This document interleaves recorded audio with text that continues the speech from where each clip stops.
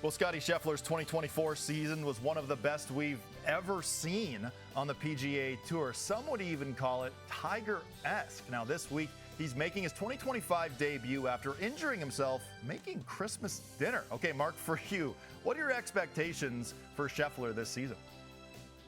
Scottie Scheffler in the field for the first time at Pebble Beach this year, guys. The hand injury, was it lasagna or ravioli or something like that? I've hurt myself eating lasagna or ravioli before, never making it.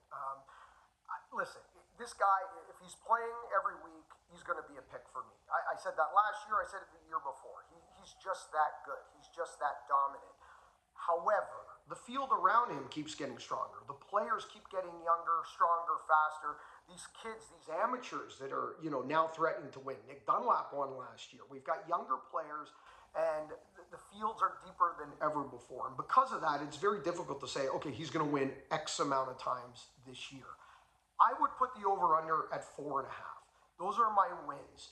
And I would take the over. I think Scottie Scheffler likely headed for a 5-win season, and at least one major. I predicted at the end of last year that he would join a very rare group of people to win back-to-back at Augusta. I think that happens.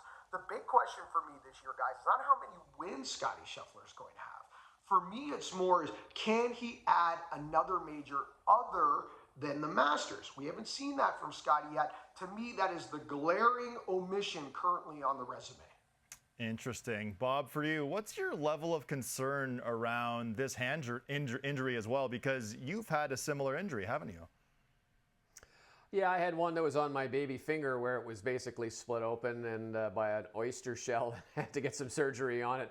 And the problem with it is that you're always moving your hands. You're always kind of moving it in and out. So I don't know the extent of Scottie's injury, but if you have to keep your hand flat, just your intuition, your instincts, you kind of move it and squeeze it. So the one thing we do know is he's been able to chip and putt, but I don't know much more after that. So when he comes in to play at Pebble Beach, it'll be interesting to see what kind of shape his game is in.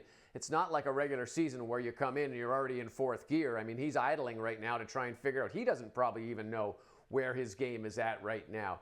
And like Mark, I'm not sure if he's going to have the same kind of season, because last year was a season you can't replicate very often, if at all. And so I think if he gets 3 or 4 wins, if he gets another major where it doesn't have to put on a green jacket, those things are all victories for him. But I think the first and foremost, we got to see where that hand is and how it's affecting him.